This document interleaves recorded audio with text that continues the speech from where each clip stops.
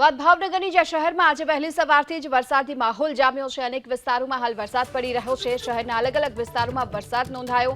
ક્યાંક ધીમી ધારે વરસાદ પડી રહ્યો છે તો ક્યાંક તેજ ગતિએ વરસાદ નોંધાયો છે। વરસાદ વરસતા ખેડૂતોમાં ખુશીનો માહોલ છે અને ભાવનગરમાં આજે ભારે વરસાદની આગાહી છે। આગાહીને જોતા વહેલી સવારથી વાદળછાયું વાતાવરણ હતું અને સાર્વત્રિક વરસાદ નોંધાયો છે। ક્યાંક ધીમી ધારે તો ક્યાંક વરસાદી ઝાપટા પડ્યા છે તો ક્યાંક તેજ ગતિએ અત્યારે વરસાદની શરૂઆત થઈ છે। વહેલી સવારથી જ વરસાદી માહોલના કારણે હાલમાં તો ખેડૂતોમાં પણ ખુશી। વધુ વિગતો મેળવીએ સંવાદદાતા પાર્થ મજેઠિયા આપણી સાથે જોડાઈ ચૂક્યા છે। પાર્થ, શું સ્થિતિ વરસાદની?